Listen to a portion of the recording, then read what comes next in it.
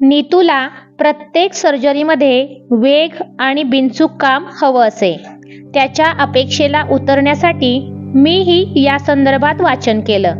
Doctor प्रसाद Chiplakatti, doctor विक्रम दातार आणि मी मिळून आमचं तंत्र विकसित केलं होतं. नीतूप्रमाणे मी कामाच्या प्रत्येक टप्प्याबद्दल लिहायला सुरुवात केली आणि आमच्या तंत्रात आवश्यक ते बदल केले. आम्ही प्रत्येक गोष्ट वेगानं करायला शिकलो. नीतूनही आमच्यावर पूर्ण विश्वास ठेवला. त्यामुळे माझा ॲनेस्थेशिया खूप चांगला व्हायला लागला. तो सर्जरीसाठी आत आला की प्रत्येक जण अटेन्शनमध्ये उभा असे. प्रत्येक शस्त्रक्रियेपूर्वी तो स्वतः रुग्णाच्या करोनरीचं चित्र काढत असे.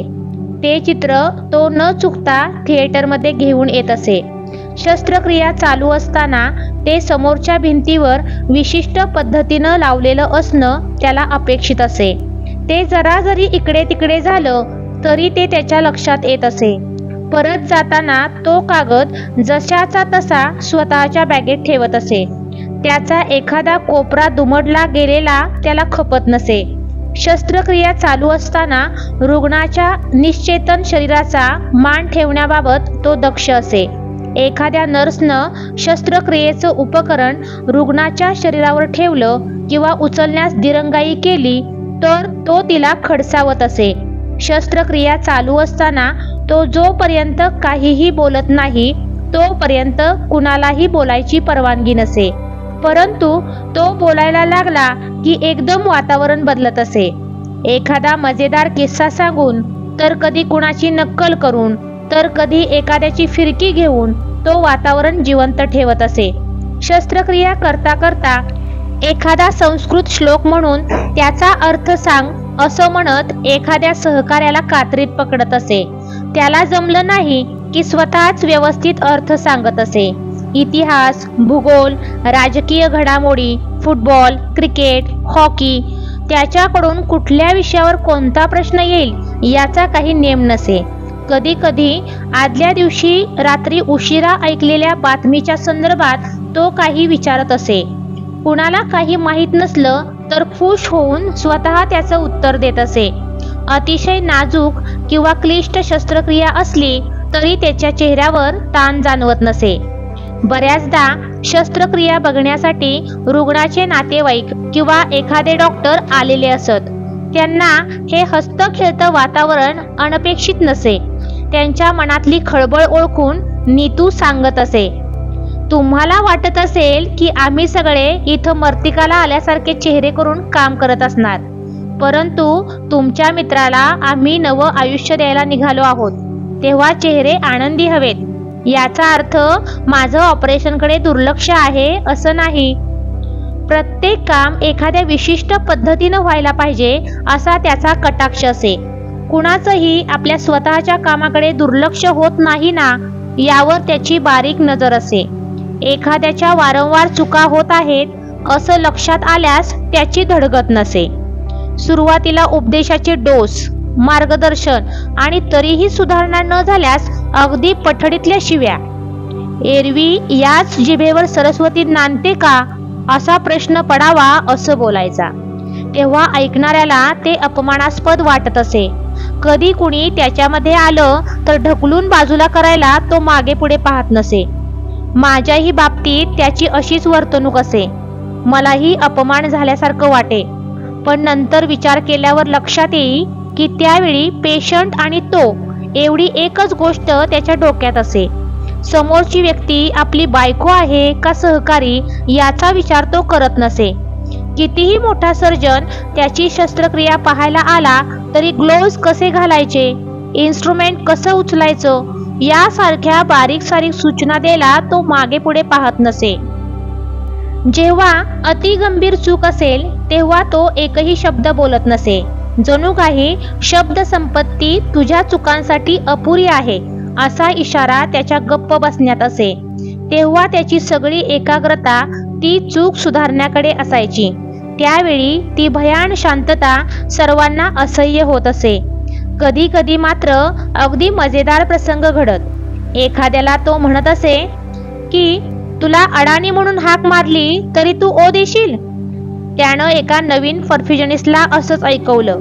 तो गोंधळून गेला आणि ताबडतोब उभं राहून म्हणाला, येस सर. पेशंट आयसीयू मध्ये नेण्यापूर्वी तो स्वतः नातलगांशी जाऊन बोले.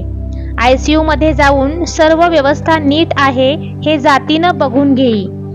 पेशंट ऑपरेशन थिएटर मधून आयसीयू मध्ये जाताना 2 डॉक्टर त्याच्याबरोबर असले पाहिजेत हा त्याचा नियम होता. कारण ही अतिशय क्रिटिकल वेळ असते. याबाबत कुणी काही आर्ग्युमेंट केलं तरी ते तो मान्य करत नसे. खरं तर तो वयानं आमच्या बरोबरीचा होता, परंतु त्याच्याविषयी बॉस आणि मित्र या दोन्ही भावना एकाच वेळी मनात असत. आम्ही दोघं एकाच व्यवसायात काम करणारे असल्यामुळे एखादी गुंतागुंतीची केस असली की त्याविषयी आमच्या दोघांमध्ये चर्चा व्हायची.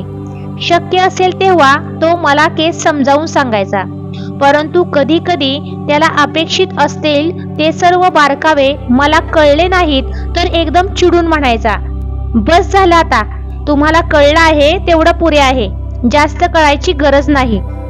असं बोलताना त्याचा उद्देश मला हिनवायचा नसायचाही, पण मला तसं वाटायचं एवढं खरं. एखादी अवघड केस असली की मी अनेक जणांचा सल्ला घ्यायची, पुस्तकामध्ये संदर्भ शोधायची. नीतू सुद्धा क्लिनिकमध्ये उशिरापर्यंत थांबून अनेक संदर्भ शोधत राहायचा, पण त्यानं दुसऱ्या कुणाचा सल्ला घेतलेला मी पाहिलं नाही. याबाबत त्याला विचारल्यावर तो म्हणायचा की मी मनातल्या मनात केस पाहत असतो, व्हिज्युअलाइज करतो, रिपीट करतो, त्यामध्ये काय काय अडचणी येऊ शकतात, गुंतागुंत होऊ शकते याच्या डायग्रॅम्स माझ्याकडे तयार असतात. त्याप्रमाणे मी स्वतःला सुधारत जातो. नीतू ऑपरेशन थिएटरमध्ये शिरला की त्याच्यासाठी कपडे, कॅप, मास्क, चपला आहेत की नाही हे पाहण्यासाठी वॉर्ड बॉयची धावपळ, कॉफी आणण्यासाठी आणखी कुणाची धावपळ. त्याच्याबरोबर त्याला टायगर बिस्किटं लागतात म्हणून त्याचे 4-5 पुडे. कॉफी बिस्किटं सगळ्यांसाठी यायची, पण नीतूच्या खात्यावर मागवली जायची. ऑपरेशन थिएटरमध्ये जे कनिष्ठ डॉक्टर असतात त्यांना या कॉफी बिस्किटांचं अप्रूप असतं. त्यांनी जेवलं खाल्लं आहे की नाही याकडे सहसा कोणाचं लक्ष नसतं. त्यांच्या वरिष्ठांचं त्यांनी सांगितलेलं काम केलीत की नाहीत याकडे लक्ष असतं. असं बऱ्याच वेळा होतं, म्हणून 5-10 मिनिटं तो या मंडळींशी बोलायचा. एखादा सर्जन आळशी असेल तर त्याचं काही खरं नसे. तू आधी जरा ताट चालायला शिक रे, असा बावळटासारखा बागेत फिरायला निघाल्यासारखा काय चालतोस, स्मार्ट दिसणं आपल्या डोक्यात असतं असं सुचवायचा. एखादा गरीब आहे असं लक्षात आलं तर अरे मी तुझ्यासारखाच होतो, हातात घड्याळही नव्हतं, तुझ्या मनात इच्छा असेल आणि मनगटात दम असेल तर काहीही करू शकशील तू, असं आधार देणारं बोलायचा.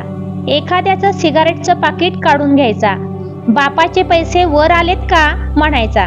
अशी त्याची जीभ सुटली की समोरच्याची पाचावर धारण बसे. एखाद्या वेळेस डॉक्टर उदवाडियासारखे कोणी ज्येष्ठ सर्जन वगैरे बसलेले दिसले की त्यांच्याशी अत्यंत अदबीनं बोलून त्यांना हवी तशी कॉफी स्वतः बनवून वाकून त्यांच्या हातात कप ठेवील, त्यांची चौकशी करील. तेही म्हणतील, बायका मुलांना केव्हा वेळ देतोस रे, कुठपर्यंत आलं हॉस्पिटलचं काम, तब्येतीला जप बाबा, आम्ही पण खूप काम केलंय आमच्या जवानीत, आता पण करतो आहोत, पण तुझं जरा अतीत चाललंय.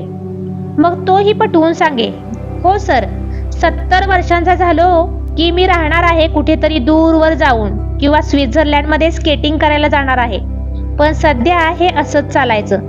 3-4 तास झोप घेतली की बस होते मला. शिवाय नशिबानं बायको चांगली मिळाली, तक्रार करत नाही, मुलंही समजूतदार आहेत. बरं झालं तुम्ही आठवण केलीत, आताच चारुताला फोन करतो. असे माणसागणिक त्याचे विषय बदलत राहायचे. सर्जन्स रूममधून ऑपरेशन थिएटरपर्यंत जाईपर्यंत नर्सेस स्टेशनवर सुपरिटेंडेंटची फिरकी घ्यायचा.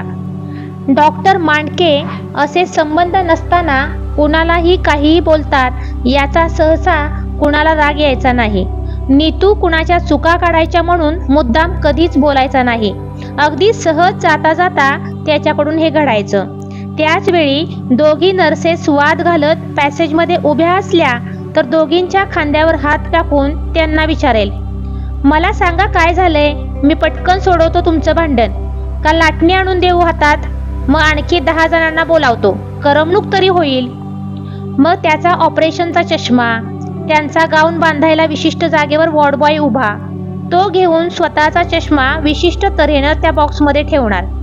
त्याच्या चष्म्याच्या काचेला जर कुणी हात लावलेला पाहिला तर पडलीच त्याच्या डोक्यावर टप्पल. त्याची प्रत्येक हालचाल ठरलेली. डॉक्टर मांडके आता गाऊन घालून तयार झाले म्हणजे कुठली स्टेप किती वाजता आणि 2, 3, 4 बायपासेस करायचे असतील तर बाहेर यायला किती वेळ लागणार हे अचूकपणे ताडता येत असे. इतकं सगळं नीट ठरलेलं. मग एखादा प्रेक्षक आला असेल तर त्याची माझ्याशी नव्यानं ओळख करून द्यायचा. त्या माणसाला म्हणायचा, जास्त प्रश्न विचारू नका, सगळं माहीत झालं की तुम्हीच सर्जरी करायला लागाल आणि मी उपाशी मरेन. सर्जरी करायला टेबलपाशी आलं की समोरच्या असिस्टंटची ओझरती चौकशी करायचा. मिळालं का तुला घरासाठी कर्ज? परवाच मी पॅसिफिकॉनशी फोनवर बोललो तुझ्याबद्दल, येईलच आता तुला त्यांचं पत्र. अशा बोलण्यानं ज्युनियर एकदम खुश व्हायचा. ही जवळीक, ही आपुलकी त्याच्या असिस्टंटला फार मोलाची वाटे. म्हणूनच आमच्या टीममध्ये उत्तम सर्जरी पाहायला मिळणार आणि शिकायला मिळणार व त्यासाठी थोडी वडिलकीची बोलणी खायला लागली तरी चालेल असं सगळ्यांना वाटायचं. ऑपरेशनची वेळ झाली की त्याची थट्टा मस्करी, बडबड, हातवारे वगैरे सर्व क्षणात संपून संपूर्ण लक्ष शस्त्र आणि हृदय यावर केंद्रित होई. एखादा कारागीर किंवा चित्रकार आपल्या तंद्रीत पूर्ण लक्ष केंद्रित करून जसं काम करतो तसं त्याचं काम सुरू होई. सगळ्यांच्या नजरा त्याच्या हालचालींवर रोखलेल्या असत. त्याची नजर हृदयावरून हलत नसे, पण कान तीक्ष्णपणे इतरांच्या हालचालींच्या कुजबुजण्याच्या आवाजावर लक्ष देऊन असत. एखादा नवा आवाज आला तरी नजर न हलवता कोण आलंय हे तो ओळखत असे. ॲनेस्थेटिस्टच्या कुजबुजण्यात काही संकेतात्मक शब्द आले आणि त्यामुळे सर्जनचा गैरसमज होण्याची शक्यता असेल तर तुम्हाला मला काही सांगायचं असेल तर स्पष्ट बोला, नाहीतर मला डिस्टर्ब करू नका असं बजावलं जाई. हाताचे बोटांचे संकेत ठरलेले असत. त्या संकेतांवरून समजून नर्सनं योग्य ती शस्त्र पुढे करायची, नाहीतर हातावर बारीकसा फटका बसलाच म्हणून समजा. ऑपरेशन सुरू केल्यापासून एक क्षणही वाया न घालवता, हाताची एकही हालचाल फुकट न घालवता अचूक शस्त्रक्रिया केली जाईल. सर्वांनी तसंच करायला शिकलं पाहिजे असा त्याचा कटाक्ष असे. वेग आणि धांदल यात कसा जमीन आसमानाचा फरक आहे ते अनुभवायचा असेल तर नीतूच्या हालचाली पाहाव्यात. कितीही क्लिष्ट शस्त्रक्रिया असली तरी सुरुवातीपासून शेवटपर्यंत शस्त्रक्रियेचं क्षेत्र स्वच्छ नेटकं असलं पाहिजे. तिथे रक्तस्राव साठलाय, नको असलेल्या शस्त्रांनी गर्दी केली असं कधीच असता कामा नये आणि त्यासाठी पहिल्यापासून त्या क्षेत्राची रचना कशी करायची, किती भाग झाकायचा, त्यासाठी कपड्याची आवरणं, ड्रेपिंग कशी लावायची, विस्कटणार नाही याची खबरदारी कशी घ्यायची, कुठे चाप लावायचे, हे सर्व काटेकोरपणे ठरलेलं असे. तसंच केलं पाहिजे असा कडक नियम असे. लहान सहान गोष्टी काटेकोरपणानं केल्या तरच पुढची शस्त्रक्रिया यशस्वी व वेगानं होते अशी त्याला खात्री होती. कुठल्या गोष्टीसाठी नेमकं कुठलं शस्त्र वापरावं तेही ठरलेलं. ते उपलब्ध करून घेणं आणि ते योग्य वेळी हातात येणं याला अतिशय महत्त्व देत असे. एखादं शस्त्र का नाही यामध्ये कुणाचा कुठे हलगर्जीपणा झालेला आहे याचा छडा लावून शिक्षा झालीच पाहिजे, म्हणजे परत अशी गोष्ट होणार नाही याची खबरदारी घेतली जाईल.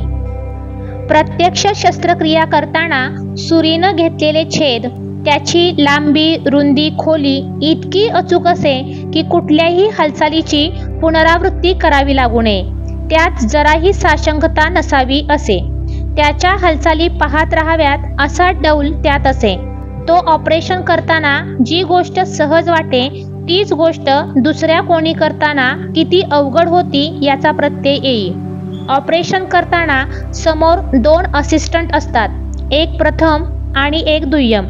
कुणी कुठली मदत केव्हा करायची हे बरोबर ठरलेलं असे. त्यात चूक झाली की झोपू नको रे किंवा ते तुझं काम नाही असं म्हणून नीतूकडून जळजळीत कटाक्ष टाकला जाई. पुन्हा ती चूक करण्याची त्याची टाप नसे. आज प्रथम असिस्टंट कोण, त्यानं काय काम करायचं हे केसच्या सुरुवातीला सांगितलं जायचं. काम चांगलं झालं की कौतुक, आणि न झालं तर काय चुकलं ते सांगून शिव्या मिळत. त्यामुळे एक काम आपल्या अंगावर पडलं की ते सरांच्या सूचनेप्रमाणे अचूक कसं होईल यासाठी पुरेपूर प्रयत्न होई. असिस्टंटला शिकल्याचं समाधान मिळे. त्यामुळे त्याच्या हाताखाली काम करायला अनेक नावाजलेले सर्जन सुद्धा उत्सुक असत. कार्डियॅक सर्जरीची परीक्षा पास होऊन शिकून आलेले सर्जन त्याच्याकडून उच्चतम कौशल्य पाहायला शिकायला मिळेल या खात्रीनं शिव्या खायच्या तयारीनं रुजू होत. त्यानं हार्ट लंग मशीन तंत्रज्ञानाचा, भूलशास्त्राचा आणि नर्सिंगचा सखोल अभ्यास केलेला होता.